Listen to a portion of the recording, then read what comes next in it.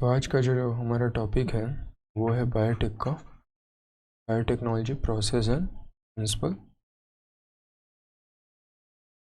देखो, बायोटेक में सबसे पहला जो रिकॉम्बिनेंट डीएनए बनाया था वो किसने बनाया था। इस टॉपिक का जो क्वेश्चन बनने के चांसेस हैं वो ये है कि फर्स्ट रिकॉम्बिनेंट डीएनए किसने बनाया था। तो फर्स्ट रिकॉम्बिनेंट डीएनए के लिए कोहेन और बोयर की डिस्कवरी है जो 1972 में हमें पढ़ना है। ठीक है, रिकॉम्बिनेंट डीएनए को हम काइमेरिक डीएनए भी कहते हैं, तो ये भी हम ध्यान रखेंगे। तो मेन टारगेट हमारा क्या है। देखो, हमारे पास एक नॉर्मल एस्चेरिचिया कोलाई है, ठीक है, जो कि एंटीबायोटिक रेजिस्टेंट नहीं है। हम चाहते हैं कि इस नॉर्मल एस्चेरिचिया कोलाई को एंटीबायोटिक रेजिस्टेंट बना दें। ठीक है, एंटीबायोटिक रेजिस्टेंट बनाना हम चाहते हैं इस एस्चेरिचिया कोलाई को। तो इसके लिए हमें क्या करना होगा, यही पूरे प्रोसेस को हमें समझना है। तो देखो, एस्चेरिचिया कोलाई है, एस्चेरिचिया कोलाई से मिलता जुलता कोई हमें एक प्लाज्मिड चाहिए। सबसे पहले तो ये समझ लो, क्योंकि वो प्लाज्मिड ही एस्चेरिचिया कोलाई के अंदर आएगा तो डिवाइड करेगा। अब उस प्लाज्मिड में, ठीक है, उस प्लाज्मिड में हमें वो डिजायर्ड जिन चाहिए जो जिन किसके लिए रिस्पॉन्सिबल है, एंटीबायोटिक रेजिस्टेंस के लिए। तो सबसे पहले हमने एक बैक्टीरिया लिया। क्या लिया? एक बैक्टीरिया लिया, और उस बैक्टीरिया में एंटीबायोटिक रेजिस्टेंट जिन था, और हमने उसमें से वो एंटीबायोटिक रेजिस्टेंट जिन क्या किया, निकाला, आइसोलेट किया। अब आइसोलेट करने के लिए हमें यहाँ ज़रूरत पड़ा होगा मॉलिक्यूलर सीजर की। इसकी मॉलिक्यूलर सीजर की। एनसीईआरटी में मॉलिक्यूलर सीजर दिया है जिसको हम किसके नाम से जानते हैं, आरी। तो हमने आरी का यूज़ करके उस डिजायर्ड डीएनए को बाहर निकालना होगा। क्लियर है? अगला जो हमारा टॉपिक है वो ये है कि प्लाज्मिड कहाँ से लाएं। तो प्लाज्मिड को हमने साल्मोनेला टाइफीम्यूरियम से लिया था। अब सवाल ये है कि प्लाज्मिड जो है वो साल्मोनेला टाइफीम्यूरियम का क्यों? वो इसलिए कि जो टाइफीम्यूरियम, साल्मोनेला टाइफीम्यूरियम है, वो नॉर्मल एस्चेरिचिया कोलाई से ज़्यादा मिलता जुलता है, यानी सिमिलर है। यानी साल्मोनेला टाइफी का जो प्लाज्मिड है वो इजीली ग्रो कर पाएगा या खुद को रेप्लिकेट कर पाएगा किसके अंदर, नॉर्मल एस्चेरिचिया कोलाई के अंदर। ठीक, तो इसलिए हमने क्या किया, प्लाज्मिड लिया। किसका प्लाज्मिड लिया? साल्मोनेला टाइफी का।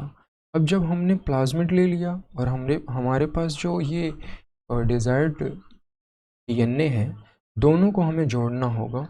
यानी कि प्लाज्मिड में हमने डिजायर्ड जिन को ऐड कर दिया, किसकी मदद से, डीएनए लाइगेज की मदद से।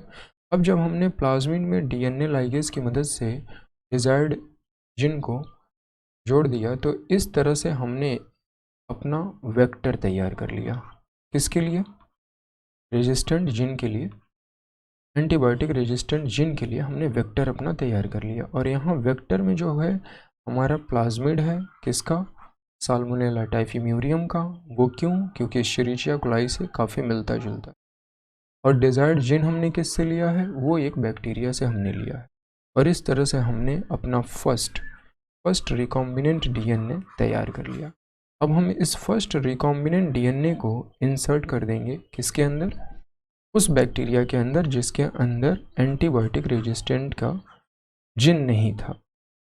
तो जब हम उस एस्चेरिचिया कोलाई के अंदर, इकोलाई के अंदर हम उसको इंसर्ट कर देंगे रिकॉम्बिनेंट डीएनए को, जिसको हमने नाम दिया काइमेरिक डीएनए, तो वो एस्चेरिचिया कोलाई एंटीबायोटिक रेजिस्टेंट हो जाएगा। और इस तरह से हम कह सकते हैं कि Escherichia coli genetically modified organism बन गया। और इस तरह से सबसे पहले रिकॉम्बिनेंट डीएनए कोहेन और हर्बर्ट बोयर 1972 में डिस्कवर किया। यही है कंप्लीट टॉपिक। तो आप एनसीईआरटी में उस पैरा को स्टडी कर सकते हैं आसानी से। सबसे पहले कंक्लूजन क्या निकला, हमें एस्चेरिचिया कोलाई को क्या करना है, एंटीबायोटिक रेजिस्टेंट बना। तो सबसे पहला स्टेप क्या है एंटीबायोटिक रेजिस्टेंट बनाने के लिए, कि हम उस जिन को डिस्कवर करें जो जिन अवेलेबल हो, और वो जिन एक बैक्टीरिया में अवेलेबल था। उस जिन को हमने एक्सट्रैक्ट किया किसकी मदद से, आरी की मदद से। जब हमने आरी की मदद से उस जिन को निकाल लिया तो हमें चाहिए था एक वेक्टर यानी प्लाज्मिड की ज़रूरत थी। हमने प्लाज्मिड कहाँ से लिया? साल्मोनेला टाइफी से। तो दूसरा स्टेप आपको ये पता होना चाहिए कि अब हमें जब प्लाज्मिड मिल गया है तो उसमें हमें इंसर्ट करने की ज़रूरत है। किसको? डिज़ायर्ड जीन को। हमने उसमें इंसर्ट कर दिया डिज़ायर्ड जीन को विद द हेल्प ऑफ आरी। आरी से हमने प्लाज्मिड को भी उस पर्टिकुलर पोजीशन से कट किया होगा और वहीं पे हमने अपने डिज़ायर्ड जीन को लगा दिया। जोड़ने के लिए किसकी ज़रूरत पड़ती है? डीएनए लाइगेज की। तो इस बात को भी ध्यान रखेंगे कि डीएनए लाइगेज से हमने जोड़ दिया और इस तरह से हमारा वेक्टर तैयार हो गया।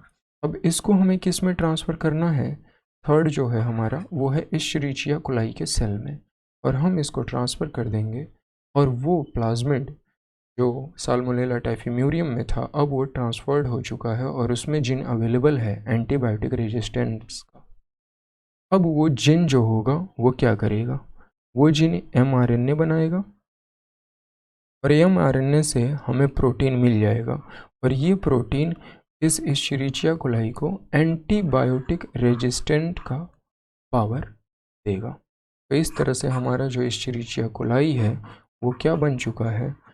जेनेटिकली मॉडिफाइड ऑर्गेनिज्म बन चुका है जो कि अपने आप में एंटीबायोटिक रेजिस्टेंस है। ठीक है, तो आप एनसीईआरटी के पैरा को रीड करें, आसानी से आपको समझ में आ जाएगा ये पूरी डिस्कवरी।